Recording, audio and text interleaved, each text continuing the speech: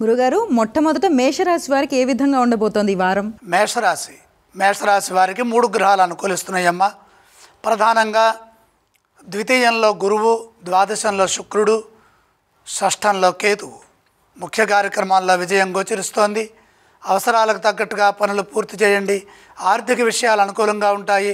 సరైన ప్రణాళికల ద్వారా ధనాదాయం వృద్ధి చేసుకునే వీలు కలుగుతుంది. వచ్చిన ప్రతి అవకాశాన్ని అదృష్టంగా మలుచుకోవాలి.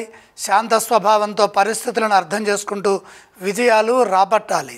మిశ్రమాత్మకమైన కాలం నడుస్తోంది కాబట్టి ప్రతి విషయాన్ని లోతుగా 2 సార్లు ఆలోచించండి. సరైన ప్రణాళికల ద్వారా విజయం సిద్ధిస్తుంది. ఉద్యోగంలో మేలు చేకూరుతుంది. బాధ్యతలను చక్కగా నిర్వర్తించడం ద్వారా పేరు సంపాదిస్తారు. తగినంత గుర్తింపు కూడా లభిస్తుంది. ఏకాగ్రతతో చేసే పనులు మేలు చేస్తాయి. పూర్వపుణ్యం సదా ముందుకు నడిపిస్తుంది. కొన్ని విషయాల్లో ఇబ్బందులు ఎదురైనప్పటికీ దైవబలంతో వాటిని అధిగమిస్తారు.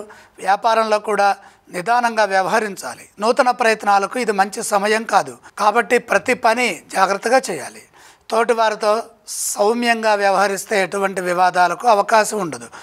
మిత్రుల సహాయ సహకారాలు లభిస్తాయి. వారం మధ్యలో కొన్ని పనులు పూర్తవుతాయి. గురుగారు, మేషరాశి వారు ఏ స్తోత్రాన్ని పఠించాలి? మేషరాశి వారు ఈశ్వరారాధన చేయడం చాలా మంచిది. ఈ రాశి వారు ఏ ఆలయాలను సందర్శిస్తే శుభ ఫలితాలు కలుగుతాయి? మేషరాశి వారికి ఈశ్వర దర్శనం మేలు చేస్తుంది. గురుగారు, ఈ రాశి వారు ఏ దానాలు చేయాలి?